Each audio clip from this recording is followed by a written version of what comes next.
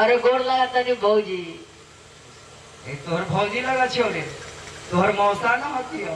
हाँ देख लो बढ़िया के उधार के। ए सरकार, हाँ माँ के मंदिर में माई बहने बैठ गई है। हाँ। जाके केना गीत गई है। केना? बाप रे। कि झोलुआ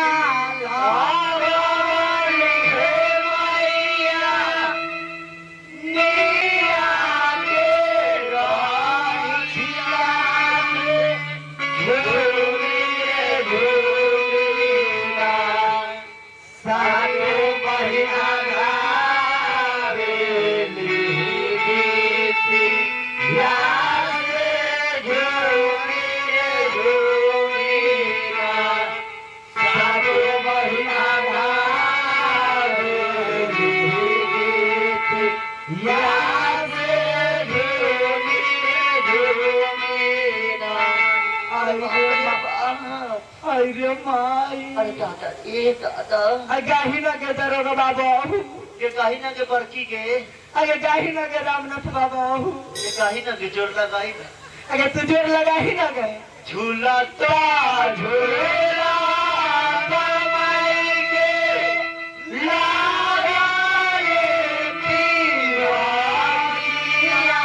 के चली रे भाई बाबा माला होलिया दुआरी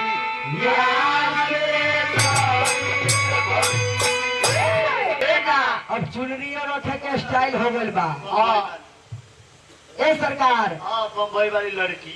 बम्बई वाली ना हो। हाँ ई चुनरी के दरोगा जी, हाय हाय।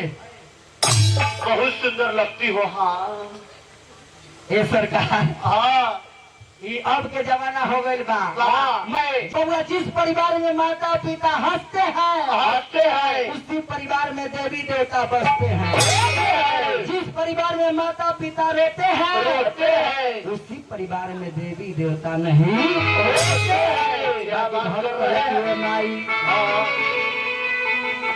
अरे फूलवा लाल होला,